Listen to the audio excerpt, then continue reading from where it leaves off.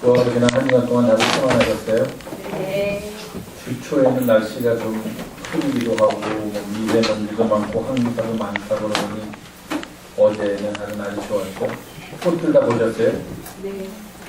못 보셨으면 늦은 것 같습니다. 아마 전에는 봄이 되면은 벚꽃을 보러 갈 때 여의도밖에 없었던 것 같아요. 그 옛날에는 창경원이라고 일제시대에 이제 우리나라 역사를 말살하기 위해서 그곳에다가 벚꽃을 다 심어놓고 우리의 민족의 근기를 가진 역사를 없애면서 창경원이라고 동물원을 만들어서 이름을 바꿔서 이제 거기에 가서 벚꽃 구경을 했던 기억이 납니다. 가보셨어요? 안 가보셨어요? 창경원에는? 저도 대학교 때 미팅 한다고 창경궁에서 대대적으로 미팅을 하려다가 결국 너무 인원이 많아서 못하고 말았는데 그때는 창경궁에 가야지 벚꽃을 볼 수 있었고 또 얼마 전부터는 여의도에 가면 벚꽃을 볼 수 있었어요. 아마 기억나실 거예요. 옛날에도 아니죠.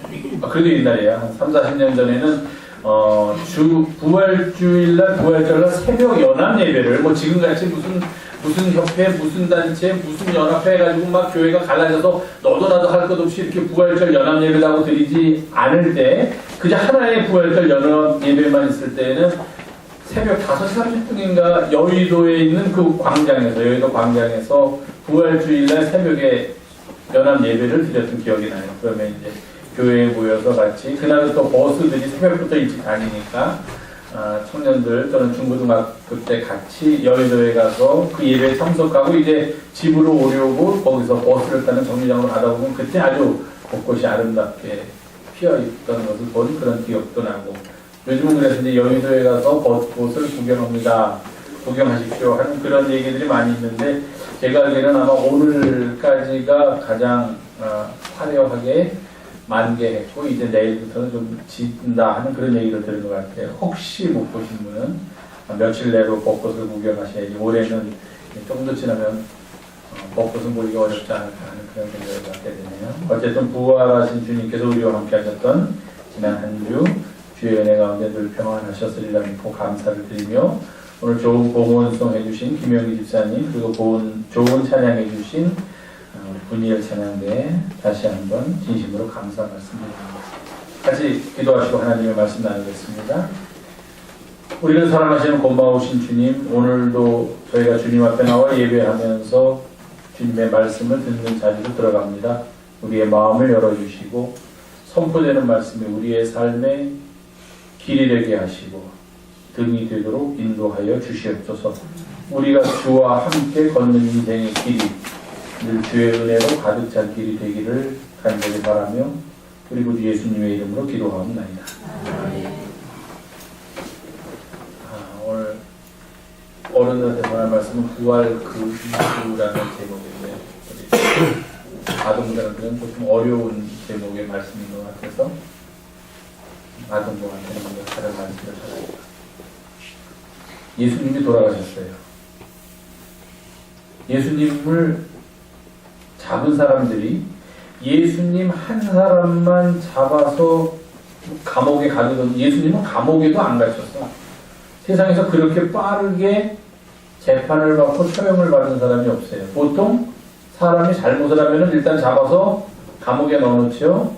그리고서 오랫동안 이 사람이 잘못을 정말로 했는지 안 했는지 불러다가 조사를 하고 정말로 잘못을 한 일이 드러나면 또 이 사람이 얼마나 큰 잘못을 해서 어떤 벌을 받아야 하는지 사람이 재판을 받아요.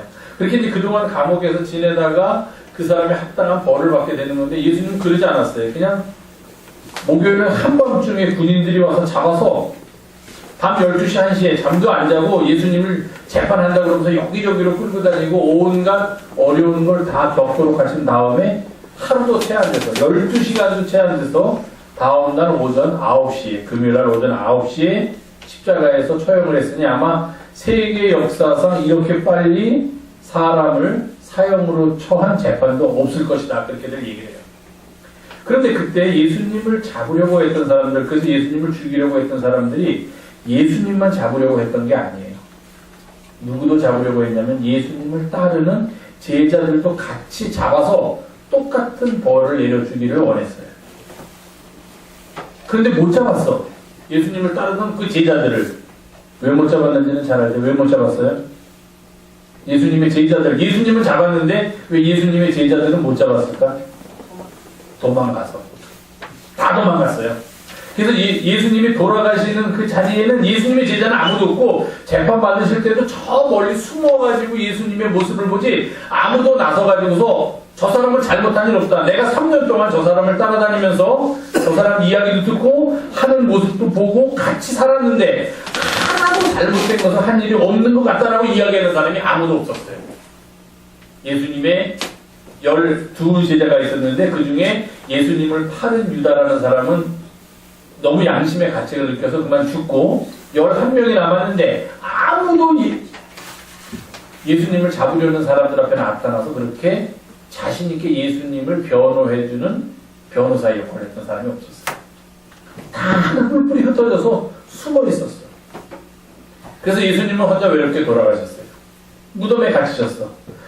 예수님을 사형에 처하고 무덤에 갇히게 한 그 사람들은 그때도 계속해서 지난주에도 얘기했지만 예수님이 살아나셨다라고 예수님의 제자들이 거짓말을 하면서 다닐까봐 예수님의 제자들을 찾으러 다니세요. 집집마다 찾으러 다니면서 문을 두드리고 문 열어. 여기 수상한 사람이 있지? 갈릴리에서 온 그 예수라는 지금 죽은 사람, 그 사람 따라다니던 제자라는 사람들 여기 있지? 하고 집집마다 돌아다니면서 찾으니까 제자들이 얼굴을 들고 다닐 수 없어. 자기들의 얼굴을 다 다른 사람들이 아니까. 예수님을 따라다닐 때 다 봤으니까. 그래서 다 뿔뿔이 처음에는 흩어져 숨어 있다가 예수님이 돌아가시고 하루가 지나고 이제 부활할 때가 되니까 서로 몰래 사람을 시켜가지고 조심스럽게 연락을 해서 우리가 이렇게 뿔뿔이 한 사람씩 흩어져 있다가는 언제 우리를 잡으려는 똑같은 유대 사람들한테 잡혀갈지 모르겠다. 우리가 어디 숨을 수 있는 곳을 마련해서 거기 한 군데 같이 숨어 있자. 이렇게 몰래 자기들이 직접 나가지 못하고 다른 사람을 통해서 소식을 전하고 해가지고서 제자들 중에 몇몇 사람은 그 소식을 받았어요. 그래서 내일 저녁에는 우리가 어느 주소를 주면서 거기 있는 누구네 집에 함께 모여 있자. 그래서 함께 모여서 혹시 우리를 잡으러 오더라도 혼자 있으면 잡힐 수밖에 없지만 같이 있으면 우리가 도망칠 수도 있을 것이고 문을 꼭 걸어놓고 거기는 우리와 아무 관련이 없는 집이니까 설마 거기까지 우리를 잡으러 오지는 않을 거다 해가지고서 소식을 전했어요. 소식을 받은 사람들이 몰래 그 장소로 모였어요. 들어가서 문을 꽉 걸어 잠그고 원래 예수님의 제자들을 잡으려면 제일 처음에 어디 가겠어요? 그 제자들이 살던 집, 그 제자들의 부모가 있는데, 제자들의 형제가 있는데, 제자들의 친척이나 친구가 있는 집들 거기 숨어 있을 것이다. 그래서 거기를 다 찾으러 다닐 거 아니에요. 근데 이 집은 아무하고도 연관이 없는 집이니까 설마 우리가 여기 모여 있을 거라고는 아무도 생각 못 할 거다. 그러고서 이들이 모여 있었어요.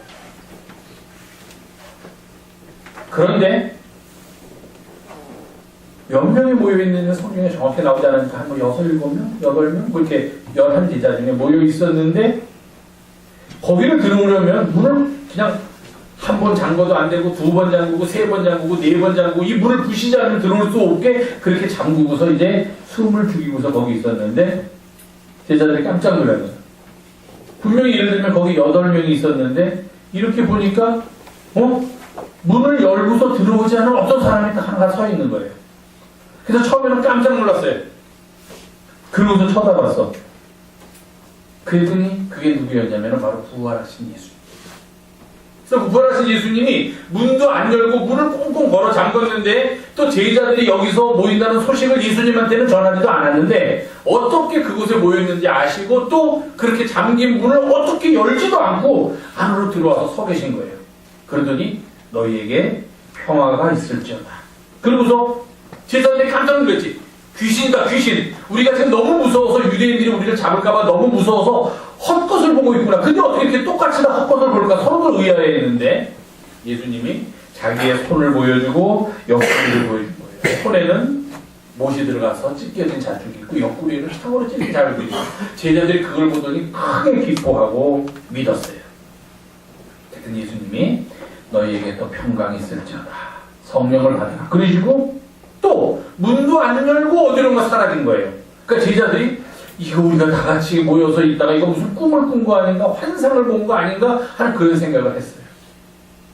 그러고서 이제 조금씩 예수님이 부활하신 뒤니까 조금씩 유대인들이 자기를 잡으려는 그 노력들이 조금 줄어들어가니까 여기저기 다니면서 그때 못 모았던 제자들을 다시 모아가지고 우리가 이제 어떻게 할지 결정을 해야겠다.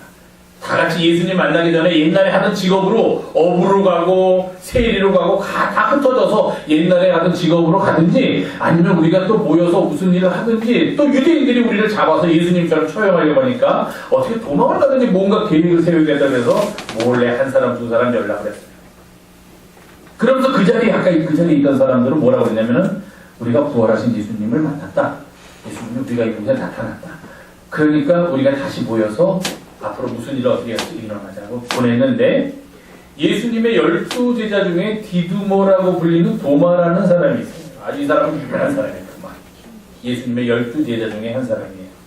근데 이 도마가 예수님이 그 자리에 없었어. 예수님이 오셨던 그 자리에. 그러니까 다른 친구 제자들이 야 예수님이 부활하셔가지고 살아나서 우리 가운데 오셔서 우리가 다 그것을 봤다는 그런 소식을 전했는데도 야야 말말 나 그 자리에 없었는데 무슨 예수님이 살아나게 뭘 살아나 나는 보지도 못했거냐 본다고 하더라도 그거 내가 잘못해가지고서 정신이 이상해가지고 예수님이 죽은 거를 믿기 싫으니까 내가 헛것을 본 걸 거야. 너희들 다 헛것을 본 걸 거야. 나는 내가 직접 예수님을 만나서 예수님의 손에 옷자국에다 내 손을 직접 한번 넣어보겠다 이거야. 못이 들어갔으니까 내 손가락 들어갈 거고 예수님이 그 로마 군인들이 창으로 허리를 찔러가지고 허리가 다 찢어졌으니까 그 찢어진 허리 옆구리를 내가 이렇게 만져봐가지고 정말 이렇게 찢어지고 피 흘린 흔적이 있고 그럴 때는 내가 비로소 예수님을 믿겠는데 부활하셨다는 걸 너희들 말만 가지고서는 못 믿겠다 이런 거예요. 이 도마라는 제자 혼자서.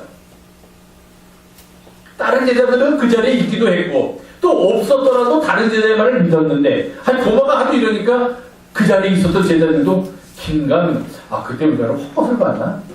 손에 못 잡고 본 것 같은데 만져본 사람 있어? 없지. 만져본 사람 아무도 없잖아.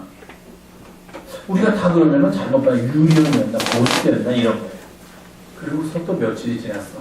성경에는 그 뒤로 8일이 지났다. 제자들이 다시 모여 있어요.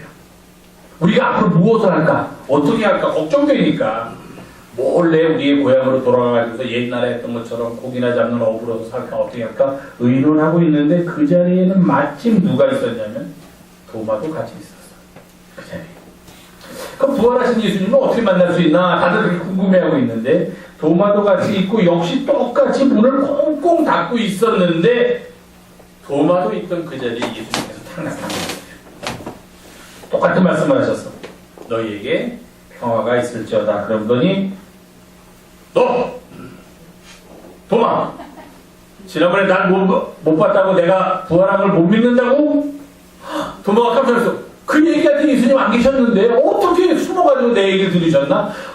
우리 같으면 아니요 선생님 그런 말 한 적 없습니다. 내가 왜 선생님을 못 믿겠습니까? 라고 막 거짓말 할 수도 있는데 도마는 무서워서 거짓말도 못하고 덜덜덜 떨고 있으니까 도마 보고 오라고 했어요. 그러더니 예수님이 어떻게 했냐면은 자, 내 손을 잘 봐라. 그리고 네 손으로 내 옆구리를 만져봐라. 그리고 믿음 없는 자가 되지 말고 부활을 믿는 자가 되라. 도마가 뭐 예수님이 손을 내미니까 뭐 그전에는 내가 그거 못 자고 거기다가 못을 박고 그 자리에 내 손을 넣어서 내가 들어가면 믿겠다만 이러고 안 믿으려고 했던 사람이 그냥 예수님의 손을 보는 순간 가운데가 상처가 나 있고 못이 들어간 것처럼 구멍이 뚫려 있고 옆에는 피가 흘리고 다 살이 상한 흔적이 있죠. 옆구리는 뭐 거길 만져가지고서 보지기도 전에 왜냐면은 유령은 어떨 거예요? 만지면 어떻게 돼요? 안 만져지잖아요. 우리가 알기에는 고스트면은 귀신이면은 만지면은 헛보니까 안 만져지는데 그래서 만져보겠다는 거야. 진짜로 몸이 살아났는지. 만지기도 전에 그 옆구리를 보니까 그 창자국을 보니까 너무 가슴이 아파가지고 그때 나는 뭘 했나? 어디 숨어가지고 나 혼자 살려고 예수님 십자가에 돌아갔을 때 숨어있다는 그런 일이 생각나니까 감히 만지자고 그랬어요. 예수님이 자 이제는 네가 믿겠느냐? 도마가 주님. 당신은 나의 주님이시면서 나의 하나님이십니다. 예수님을 향해서 하나님이라고 하는 사람이 없었는데 바로 이 도마가 당신은 나의 하나님이시다. 예수님이 너는 나를 보고 믿느냐? 보지 않고도 나의 부활을 믿는 사람들은 정말로 복이 있는 사람이다. 우리의 믿음은요, 세상 사람들은 다 봐야 믿지, 나한테 보여줘, 내가 직접 만져봐야 믿지 하는 사람들이 많아요. 그래야지만 믿겠다. 그런데 우리의 믿음은 설령 우리가 보지 못하더라도 믿을 때 그게 참다운 믿음이에요. 김대희, 혹시 누가 대위 보고 야 이 정신 나간 놈아 그런 기분 좋아 나빠? 굉장히 나쁘지. 굉장히 나빠야 돼. 그거 나쁘지 않으면 안 돼. 굉장히 나빠요. 정신이 어디 있어요? 나갔다 들어왔다 그래요? 왔다 갔다 해요? 보여? 대위는 정신이 어디 있다고 생각해? 대위의 정신이. 그럼 목사님 정신은 목사님의 몸에 어디 있어요? 정신이 나가야 되니까 어딘가 있었을 거 아니야. 어떤 사람이 나보고 저 예수의 부활을 믿으니 저거 정신 나간 놈이네라고 나한테 말할 텐데, 그럼 내 정신이 내 안에 어딘가 있었으니까 나가지, 없는 게 어떻게 나가요? 그렇죠? 어디 있을 거야 내 정신이? 잘 모르겠지만 브레인에, 머릿속에, 뇌 속에 정신이 있을 것 같기도 하고 또 내 마음속에 정신이 있을 것 같기도 해. 저 발바닥에 있을 것 같지는 않아. 굉장히 정신이 거기까지 갈 것 같지는 않고, 있으면 두 군데 정도 있겠는데 머릿속이나 가슴속. 근데 우리가 야 이 정신 나가는 마음으로 굉장히 기분 나빠한다고. 야 이제 정신이 이상한 사람이야. 정신이 이상해도 안 돼 정신은. 그런데 정신 본 적 있어요? 정신하고 얘기한 적 있어요? 내 정신하고도 난 얘기를 못 해봤어 한 번도. 정신아 안녕 잘 있니? 너 이상하지 않니 요즘? 너 어디 나갔다 왔니? 아니면 내 안에 잘 있니? 한 번도 나는 정신을 본 적도 없고 내 정신이 나가는 것도 모르겠고 들어온 것도 모르겠고 어디 있는지도 사실 살면서 별로 관심도 없어요. 그래서 우리는 가끔 정신 나갔다는 얘기 씁니다. 그럼 그 사람한테 당신 내 정신 본 적 있어? 내 정신이 어딜 나갔어? 어디 있었는데? 해답을 못해. 우리는 너무 본 것에만 믿고 본 것만 중요시 여기는 그런 세대를 살고 있어요. 그러나 우리의 믿음은 보는 것을 뛰어넘어요. 우리의 믿음은 우리의 눈이 보는 것이 이 세상의 전부라고 가르쳐주지 않아요. 그것을 뛰어넘는 것, 그리고 그것을 믿는 마음, 그것이 믿음. 주님의 부활은 그렇게 우리가 믿음. 물론 주님께서 부활하셨지만 그 부활은 그렇게 믿을 수 있는 거예요. 도마보다 더 뛰어난 믿음을 갖는 우리 영성의 아르부 여러분들이 되기를 부탁드리겠습니다. 예, 고맙습니다.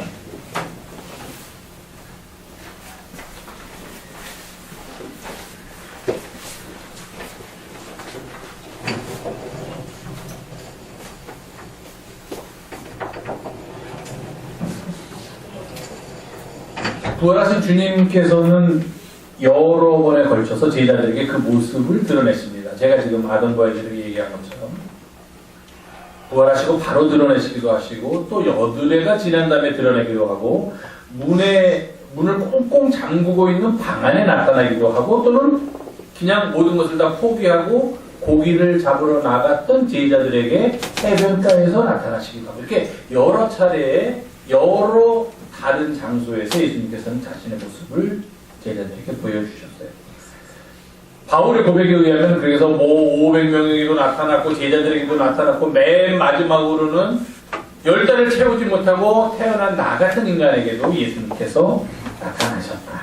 그렇게 고백을 하면서 자기가 어떻게 예수님의 제자가 되었는지, 예수님의 복음을 전하는 일에 자기의 삶을 바치게 되었는지 그렇게 설명하는 그런 내용도 있습니다.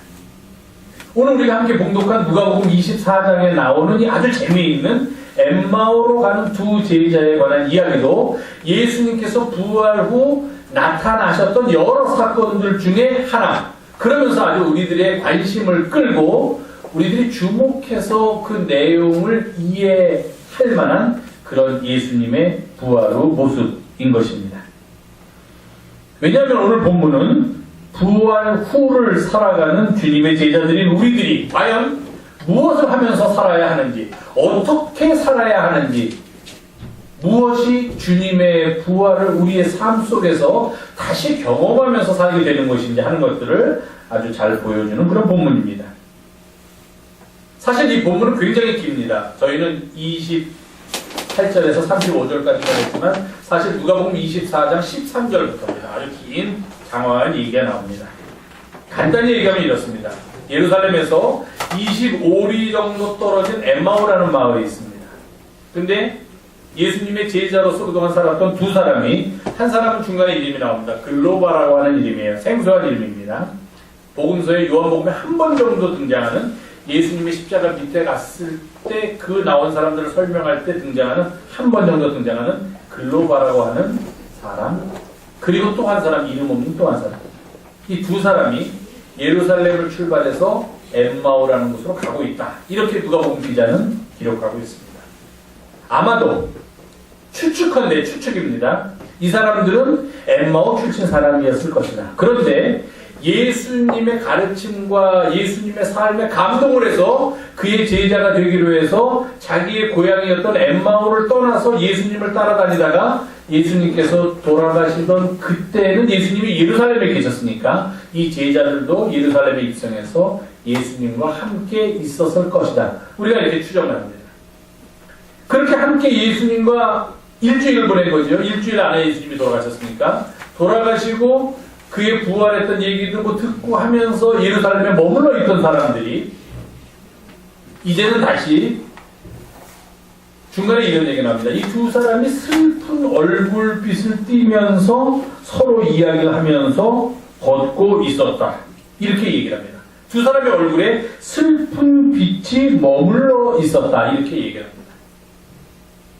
그러면서 서로 이것저것 얘기하면서 그 얘기 다 들었어요. 빈 무덤이 있었다는 여인들의 얘기도 듣고 또 그 여인들의 얘기가 못 믿어서 그 무덤까지 달려갔던 예수님의 제자들, 보통 베드로와 요한이라고 추정하는데요. 그 베드로와 요한을 통해서도 가봤더니 정말 그 무덤이 비어있더라. 예수님이 안 계셨다 하는 그 얘기까지 들었습니다. 여인들은 예수님을 만났다까지 고백을 했는데 남자들이 지금도 그렇지만 이때도 여자들의 말을 잘 안 믿어요.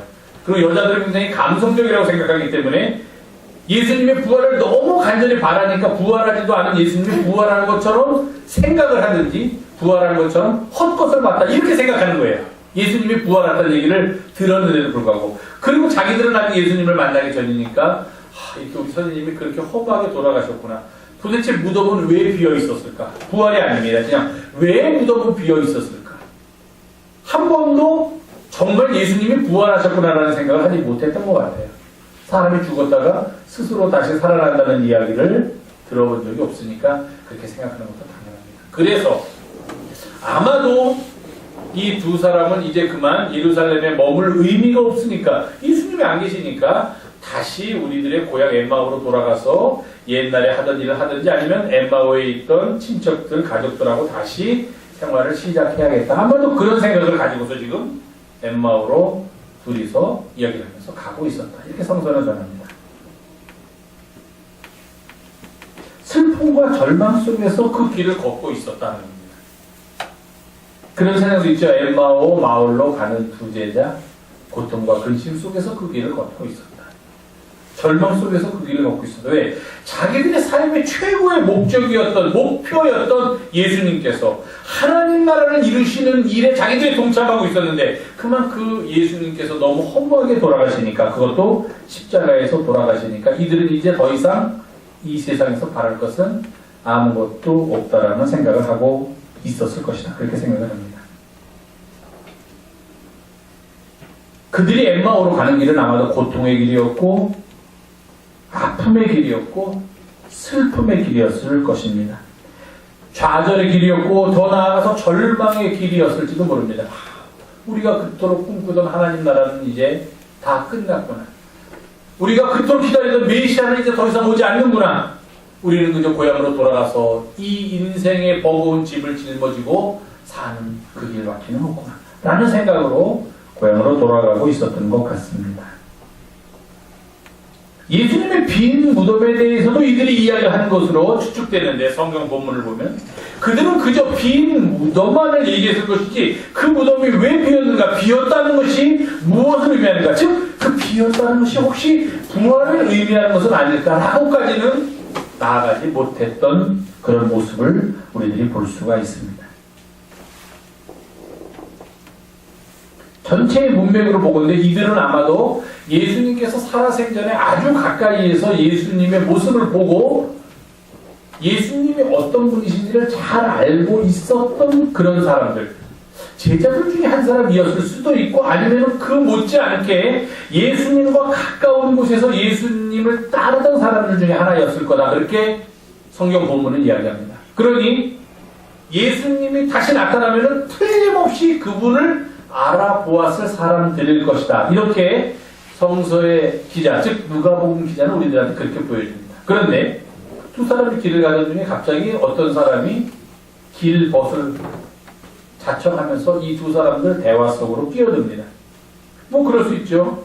지금이야 뭐 다들 차 타고 맨날에다 걸어서 갔으니까 둘이서 막 슬퍼서 걸어서 가고 있는데 옆에 갑자기 사람이 나타나더니 지금 무슨 얘기 하십니까? 어디로 가십니까? 뭐 어디 가려면 어떻게 가야 됩니까? 하는 얘기하다가 두 사람들의 얼굴이 굉장히 슬픈 빛이 머물러 있는데 지금 무슨 얘기들을 하고 계십니까? 하고 낯선 제 3자가 물어보니까 이 두 사람이 그 사람을 위아래로 쳐다보면서 아니 어떻게 최근에 예루살렘에서 무슨 일이 일어나는지 그 큰 일이 일어났는데 그것도 모르고 우리한테 묻는 사람이 있나 하는 그런 표정을 지으면서 이것저것 예수님에 대한 이야기, 예수님께서 돌아가신 이야기, 그리고 예수님께서 다시 살아나셨다라고 못하고 그 예수님의 무덤이 비어있다는 얘기까지 들었다 하는 거기까지만 이 함께 길을 청한 길벗에게 이 두 사람이 이제 이렇게 번갈아가면서 얘기를 했다 하는 겁니다.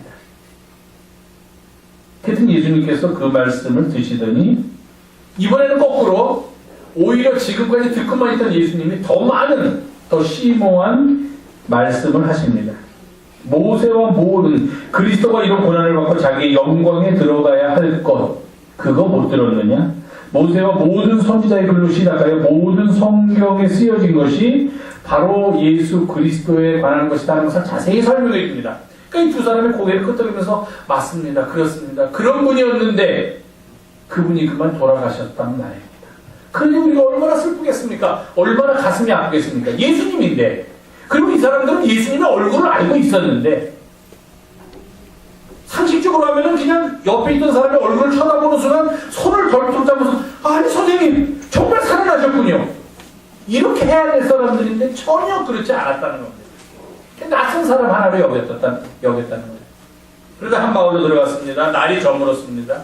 이 두 사람은 이 계속 가서는 위험하기도 하고 배도 고프고 너무 힘드니까 여기서 좀 잠깐 쉬었다 가야겠다 했는데 같이 가겠다고 길벗을 자찬 사람은 가겠다고 합니다. 나는 그냥 가겠습니다. 당신들은 쉬었다 가십시오. 그러니까 이 두 사람이 무슨 말씀입니까? 지금 날도 저물고 우리가 한참 걸어와서 우리도 시장하는데 당신도 시장할 터이니 그러지 말고 여기 강권하여 그렇게 얘기합니다. 강권하여 예수님을 여기서 좀 쉬었다 가십시오 하고 자기들이 머무를 그런 여인숙으로 같이 모시고 갑니다. 예수님이 이제 그들을 따라갔죠. 그런데 시작하니까 간단하게 저녁상을 아마 준비해서 같이 먹으려고 했던 모양입니다. 그렇게 식사를 하는 도중에 갑자기 예수님이 그 자리에 있던 떡을 가지사 축사하시고 떼어 그들에게 주셨다. 이게 뭐냐면 이게 성만찬의 기본적인 단계입니다. 성만찬은 떡을 들어서 기도하고 그것을 브레이크한다고 그러죠. 자른 다음에 제자들에게 나누어 주었다. 이게 성만찬입니다. 그걸 하시는 거예요. 괜찮으세요? 이런 얘기 들으시면? 저는 어이없었어요. 이거 보면서. 왜 어이없습니까? 예수님은 지금 뭐예요? 손님이지요. 그냥 주는 밥 조용히 먹고 조용히 떠나면 되는 거예요. 이 두 사람이 여기 좀 밥 좀 먹고 가십시오 하고 데리고 모시고 들어간 거예요. 손님이 앉아가지고 갑자기 주인인 척하면서 나중에 돈도 안 내실 거면서 이 두 사람이 낼 건데 돈은 식사값을 자기가 사는 척하고 떼어서 기도를 하고 떼어서 자 어이없죠. 돈 내는 사람은 가만히 있는데 앉아서 얻어먹는 사람이 먹어 많이 먹어 이러는 거예요. 지금 예수님이. 이거 어디서 많이 들은 얘기인데 많이 본 것 같은데 하면서 이들이 예수님으로부터 딱 빵을 받아서 먹으려고 하는 순간 어떻게 됩니까? 성경은 이렇게 써요. 그들의 눈이 밝아져 그분이 예수님인 줄 알아봐. 어떤 사람은 재밌게 이렇게 얘기해요. 엠마오로 가는 두 제자가 당뇨병 환자였다. 혈당이 쫙 떨어져가지고 예수님 옆에 있는데도 그걸 모르고서 같이 가다가 빵 한 조각을 입에 넣는 순간 당이 들어오니까 눈을 예수님을 알아봤다라고 해석하는, 재밌게 해석하는 사람들이 있는데 아니지. 여기서 눈이 밝아졌다는 것은 혈당이 올라가서 보게 되었다는 게 아니라 그들의 영의 눈이 밝아졌다. 그분이 누구신가를 알아보게 되었다는 거예요. 우리 영의 눈이 닫혀 있으면 이 육의 눈을 가지고서는 2.0, 2.0이라고 하더라도 하늘의 신비를 결코 알아볼 수가 없다는 거예요. 아무리 눈이 좋은 사람이라도 그 사람이 그 육신의 두 눈을 가지고 하늘나라의 신비를 알아보면서 그 하늘나라 신비에 감격하고 감동할 수 있지 않다는 거예요. 그것은 비록 눈이 0.1, 0.1이라고 하더라도 그가 그리스도를 믿는 믿음을 가지고 그의 마음의 눈을 여는 순간, 그의 영혼의 눈을 여는 순간 주님을 알아볼 수 있게 됩니다.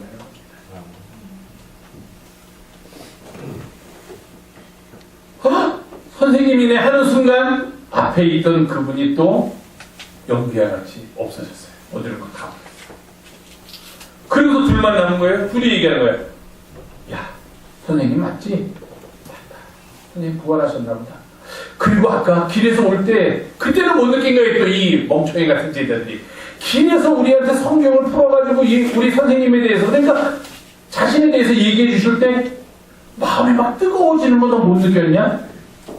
아니, 마음이 뜨거워지면 그때 느끼는 거지. 한참 있다 그때 느꼈냐? 이게 말이 됩니까? 이게 말이 안 되는 거예요. 내가 지금 마음이 뜨거워진 거지 그때는 마음이 뜨거워진 걸 모르고 있다가 2시간 뒤에 나 그때 마음이 뜨거웠었나 봐. 이거 이렇게 하면은 이거 연애도 못하고 큰일 납니다. 이거는요. 뜨거울 때 확 뜨거워져야지. 그런데 그 얘기를 하는, 야, 그때 길 걸어오면서 그 사람한테 성령 얘기 들을 때 우리의 마음이 뜨거워지지 않았느냐? 나도 그랬어. 이렇게 된 거예요. 그래서 이 사람들이 어떻게 합니까? 그 즉시로 일어나서 엠마오로 향하던 발걸음을 다시 예루살렘으로 돌렸다는 겁니다. 오던 길을 다시 갔어요. 다시 가가지고 제자들이 모여있던 곳을 들어가서 찾아보니까 11제자고 그들이 모여있던 곳이 됐고, 그리고 자기들끼리 막 얘기를 하는데 이 사람들이 들어갔어요. 그랬더니 아, 예수님, 우리 선생님 진짜 살아나셨나봐. 시몬한테 나타나셨대, 요한한테 나타나셨대, 누구도 봤대, 정말 우리 선생님 살아나셨나봐 하면서 너도 나도 살아계신 부활하신 주님을 봤다는 증언을 그냥 하고 있는데 이 둘도 들어가서 우리도 좀 할 얘기가 있습니다. 우리가 엠마오로 가려고 가는 도중에 길거리에서 이런 일이 있었고 이렇게 해서 우리가 다시 돌아오게 됐습니다. 우리 선생님이 아마도 다시 살아나신 게 확실한 것 같습니다. 오늘의 본문입니다. 이 오늘의 본문은 바로 부활 그 이후를 어떻게 우리가 살아가야 할지를 아주 잘 보여줍니다. 첫 번째는 아주 쉬운 가르침입니다.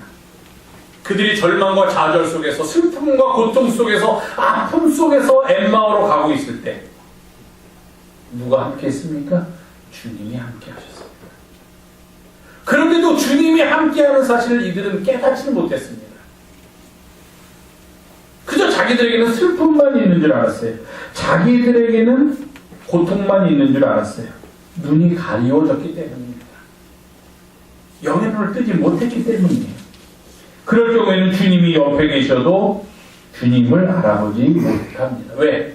내가 지금 당하고 있는 슬픔이 너무 커서 알아볼 수도 없고, 아픔이 너무 크기 때문에 그를 보지 못할 수도 있고, 앞으로 다가올 일에 대한 두려움, 염려 때문에 주님이 나와 함께 하신지를 알아보지 못할 수도 있다 하는 겁니다.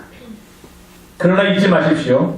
그렇게 절망 속에서 우리는 주님을 알아보지 못하더라도 주님은 우리와 함께 길을 걸으며 우리의 이야기를 들어주고 계십니다. 나를 알아보기를 기다려주시면서 내가 함께 가고 있으니 그 모든 슬픔을 극복할 수 있을 것이다. 그 모든 아픔을 이겨낼 수 있을 것이다. 내가 다시 살아났으니 그 말씀을 하시기 위해서 우리가 걸어가는 인생의 길에 주님께서는 그가 우리와 함께 계신지 알던 모르던 늘 우리와 함께 계십니다. 이것을 보여줍니다. 이 두 제자의 마음이 지금 얼마나 갈기갈기 찢어졌겠어요. 그 선생님이 돌아가셔서 이제 고향으로 돌아가니 고향에 가서 먹고 살리는 걱정돼, 또 거기 있는 사람들 조롱도 또 심지어는 생명의 위협까지 받을 수 있어요. 예수님을 따라가는 일 때문에. 이것저것 아주 온갖 생각으로 복잡한 마음을 가지고서 지금 고향으로 내려가는데 주님이 함께 하셨는데 그들이 그런 마음에 사로잡혀 있을 때는 주님이 함께 하시는 줄도 몰랐다는 겁니다. 중요한 것은 그들이 알고 모르고가 아니라 그런 상황에도 주님은 늘 우리와 함께 하신다는 사실이에요. 내가 주님이 나와 함께 걷는다는 것을 알아채든지 아니면 못 알아채든지 멍청해서 아니면 슬픔 때문에 어떤 이유든지 상관하지 않고 주님은 늘 우리와 함께 하십니다. 그것을 믿는 게 우리의 믿음이죠.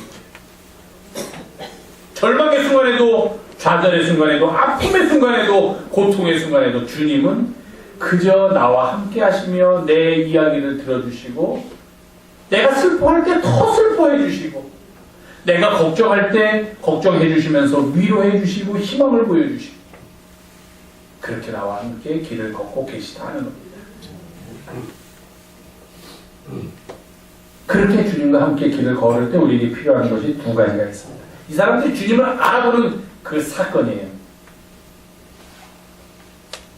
자, 예수님을 강권하여서 자기들의 식탁으로 모셨습니다. 밥상 공동체라는 보통 우리가 얘기했는데요. 주님은 먹는 것에 굉장히 관심이 많으셨어요. 여기저기서 보면 주님이 먹는 것에 관심을 많이 가지셨던 얘기를 볼 수가 있습니다. 심지어는 길 가다가 배고파서 나무의 열매를 따오라고 그랬더니 제자들이 갔다 와서 나무의 열매가 없습니다 그랬죠. 왜? 그 나무는 그때 열매를 맺을 철이 아니니까. 그랬더니 저놈의 나무 저 왜 서 있는 거야? 열매도 못 맺는 주제에 저주를 하셨어요. 주님. 나중에 그 얘기는 제가 따로 하죠. 왜 그러셨는지. 말도 안 돼.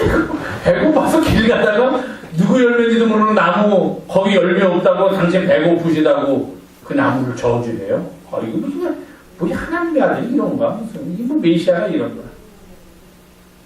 사마리아 수가성의 여인을 만날 때도 예수님이 어떻게 여인을 만났습니까? 배고프고 지쳐서 예수님이 약하셨어요. 제자들은 먹을 거 사가는 동안에 예수님 그래 니들이 가서 좀 먹을 거 사와라. 나는 다리에 힘이 없어 여기서 좀 앉아서 그늘에서 쉬어야겠다 하다가 그 여인을 만난 거 아닙니까? 성경 본문 보면 잘 드셨어요. 함께 식사를 나누는 게 예수님은 자기의 배를 채우는 것이 아니라 그것이 생명을 나누어 주는 일이었다는 겁니다. 마지막 식탁이 그것도 얘기 보이는 거예요. 주님이 왜 자꾸 식탁을 좋아했고 왜 자꾸 먹는 이야기를 많이 하면서 먹는 자리에서 뭔가를 하셨는가? 왜 갈릴리 가나의 혼인잔치에서 포도주를 만졌는가? 그런 일들을 왜 하셨는가? 자기를 위해서는 돌들로 떡이 되게 하지 않으셨던 분이 왜 하셨는가? 주님께서 하셨어요. 사람들이 가장 슬프고 괴로운 일은 배고픈 일이고 그 배고픈 일을 해소하면서 그들이 새로운 세계를 맛볼 수 있다는 걸 알았어요. 그러나 거기서 그쳐서는 안 되죠. 배고픈 것만 해결해서는 안 된다는 겁니다. 이 자리는 똑같습니다. 그가 그들과 함께 앉아서 떡을 들어서 감사 기도를 드리시고 떼어서 그들에게 나누어주는 순간에 그들이 예수님을 알아봤다. 우리 삶의 모습입니다. 만약에 이 사람들이 예수님을 강권하여 그 자리에 모시지 않았다면 그들은 그냥 엠마오로 가버렸을 거예요. 예수님이 부활하셨다고 믿지도 못했을 거예요. 그냥 고향으로 돌아가서 나머지 인생을 그냥 슬픔과 좌절 속에서 그냥 어떻게 살았는지 모릅니다. 그러나 이들이 서원을 행하고 그가 주님인지도 몰랐는데 그에게 서원을 행하고 그리고 함께 나누는 식탁 공동체를 베풀었을 때 그 자리에서 주님이 자기 자신을 그들에게 보여주셨다는 것. 그때 그들의 눈이 밝아져서 그가 주님이신 줄 알아보게 되었다. 늘 우리는 살아가면서 그 무슨 얘기입니까? 우리 인생에 주님이 늘 우리와 함께 계십니다. 우리가 해야 될 일은 우리에게 주신 것을 가지고 늘 서원을 행하면서 나눠주기를 즐겨하는 하나님이 기뻐하시는 제자를 드리면서 살아야 한다는 것을 보여줘요. 그때 우리는 주님을 거기서 만날 수 있다는 겁니다. 어디 다른 데 가서 주님을 만날 필요가 없다는 거예요. 그 절망의 길로 가다가 같이 가던 나그네에게 밥 한 끼 대접하는 순간 이들은 주님을 만나게 되었다는 겁니다. 그게 부활 이후를 살아가는 제자들의 삶의 모습이 되어야 한다는 거예요. 그리고 또 하나는 뭡니까? 주님을 알아본 순간 주님께서 그들에게 해주셨던 그 모든 성경의 이야기를 듣고 그들의 가슴이 뜨거워졌다. 성경을 읽어도요, 가슴이 뜨겁게 읽어야 돼요. 이 머리만 가지고 성경을 읽으면 성경이 안 돼요.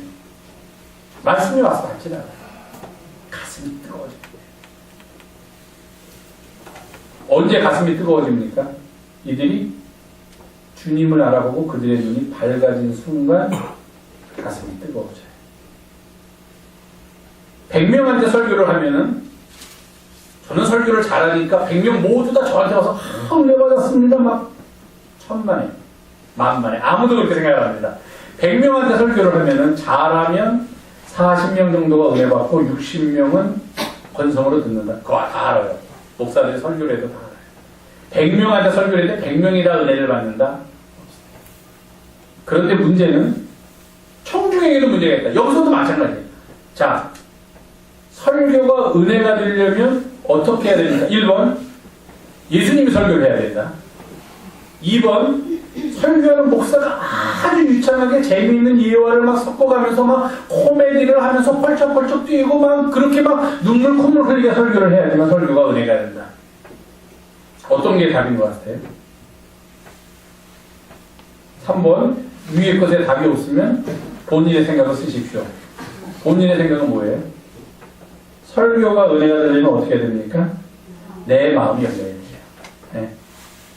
기분 나쁜 일, 기분 나쁜 생각, 저 목사가 오늘 또 무슨 조사 틀릴까, 어디서 말하면서 숨을 이상하게 쉴까, 띄어쓰기는 오늘 틀리지 않을까 하는 생각까지 앉아있으면 예수님이 와서 설교해도 절대로 은혜가 안 됩니다. 은혜는 듣는 사람한테 달려있지 말하는 사람한테 달려있지 않아요. 아니 목사들이 설교할 때 성경에 있는 얘기하지 뭐 딴 얘기합니까? 뭐 딴 얘기 요새는 많이도 안 되지만 성경에 있는 얘기라는 거예요. 성경에 있는 얘기를 들으면서 은혜를 받아야 되는 거예요. 설교 제대로 못하면서 저런 소리를 하고서 자기 설교 못하는 걸 감추려고 하는구나. 그렇게 생각하지는 마시고요. 문제는 뭐냐면 이 사람들이 길에서 건성으로 걸어올 때는 예수님이 자기에 대해서 모든 것을 예수님 자신의 입으로 얘기해줘도 못 들었다는, 그게 무슨 말인지도 몰랐다는 거예요. 그냥 건성으로 들었다는 얘기예요. 그런데 그 예수님이 없어지고 나니까 그때 비로소 우리 그때 마음 뜨거워지지 않았느냐, 그런 얘기 한다는 거예요. 엉뚱하게 지금 시간이 지난 다음에 그때 뜨거워졌어야지. 왜 이제서 그때 뜨거워지지 않았느냐는 말도 안 되는 현재의 왜 과거형을 들여다 얘기를 하냐는 거예요. 그것은 이제 비로소 그들이 말씀을 받아들일 수 있도록 그들의 눈이 열렸기 때문이에요. 그들의 마음을 가리고 있던 슬픔이 그가 주님인 걸 알아본 순간 녹아졌기 때문이에요. 그들의 마음을, 말씀을 받아들이는 그 통로를 막고 있던 고통과 절망과 좌절이 우리 선생님이 부활하셨네라고 느끼는 그 순간 봄눈 녹듯이 다 녹아졌기 때문에, 통로가 열렸기 때문에 말씀을 받을 때 우리의 가슴이 뜨거워졌다, 그렇게 말합니다. 말씀은요, 많이도 알아야 되고 여러 번도 읽어야 되고 때로는 그대로 베껴서 쓰기도 해야 되지만, 가장 중요한 것은 말씀을 읽으면서 우리의 마음이 뜨거워지는 경험을 해야 돼요. 그 말씀이 내 안에 들어와서 살아서 역사를 해야 돼. 그리고 그게 나를 움직여야 돼, 내 삶을. 그렇지 않고서는 말씀 따로 삶 따로 아무런 의미가 없다는 겁니다. 사랑하는 교회 여러분, 우리는 이제 부활 그 이후의 삶을 살고 있습니다. 어떻게 살아야 합니까? 가장 중요한 것은 우리의 인생길에 나도 모르게 나와 늘 동행하고 계시는 주님이 내 곁에 계시다는 사실을 믿어야 합니다. 그 주님께서 내 넋두리도 들어주시고, 그 주님께서 내 눈에 눈물도 닦아주시고, 그 주님께서 내 기쁨을 박수를 치면서 더 좋아하시고, 그 주님의 나와 동행한다는 그 사실, 그 사실이 우리의 삶에 용기를 준다는 겁니다. 그래서 그를 식탁에 초대하여 함께 밥도 먹고, 또 그가 우리들에게 말씀해 주신 것들의 의미를 가슴이 뜨거워지는 경험 속에서 깨닫게 될 때, 그때 우리는 비로소 부활의 증인이 되어서 부활 그 이유를 살아가는 복된 인생이 될 수 있다는 것입니다. 이런 믿음으로 부활하신 주님과 함께 늘 동행하면서 그 속에서 삶의 참 의미와 기쁨을 찾아가는 우리 영성의 가족들이 되기를 부탁드립니다. 기도하겠습니다. 부활하신 주님과 동행하면서 우리의 삶이 늘 하늘을 우러르게 인도하여 주시옵소서. 우리의 삶이 온전히 삶이 되기를 간절히 바라며 우리 구 예수님의 이름으로 기도하옵나이다. 아멘.